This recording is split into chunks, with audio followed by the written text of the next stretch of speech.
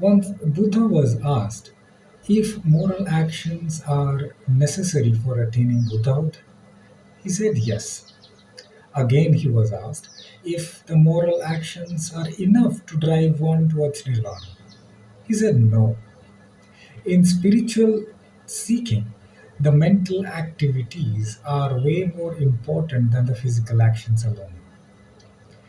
In fact, sadhana is all about the control of the mind because the physical actions are nothing but a manifestation of our thoughts.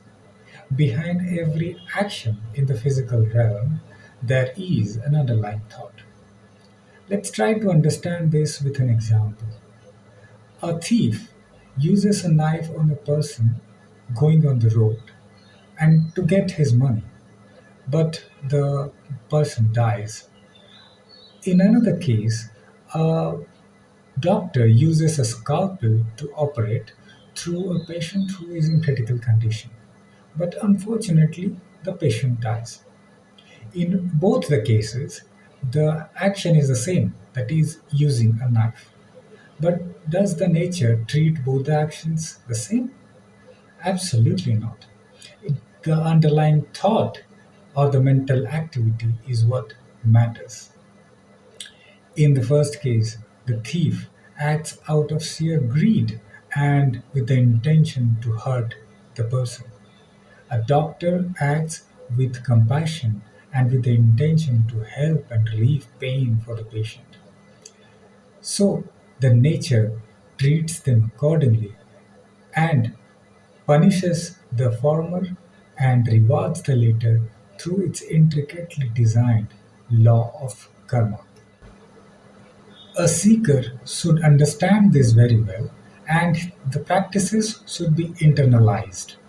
Sadhana is not merely about public display of righteous and religious deeds alone. It is a deeply personal affair. Step by step understanding of the mind, how it works, what impurities are present, and the ways to get rid of them are essential part of the sadhana.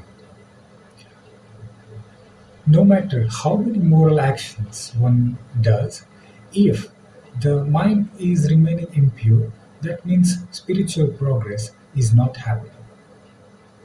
Rituals are present in every religion and cultural traditions. To a large extent, they help the masses whose mind are still externalized to a large extent.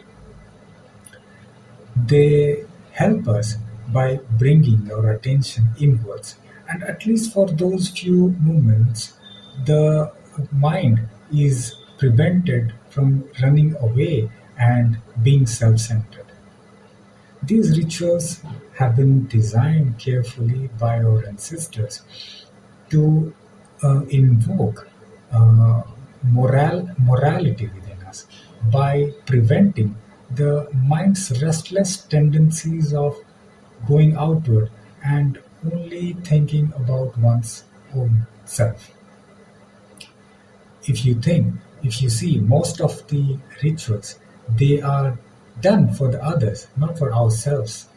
They act as an offering to our ancestors or the family members or the community or the gods or higher power, etc. But most of us get stuck with the extrinsic values of these rituals. Without understanding the inherent intention, we tend to get attached to the external ways of doing things and the logistics of it. We begin to do it without any internal change at the mental layer. For example, many of us give donations on the auspicious days without imbibing any compassionate feeling towards others. We have to understand the real essence of these rituals and practice them without getting attached to them. No way or no particular ritual is right and others' ways are wrong. These kinds of feeling superiority about one's own rituals and beliefs is a big hindrance in the path of spirituality. Once we have internalized and understood the real essence of them, we have to move past them. These are kindergarten stuff in the limitless depth of spirituality.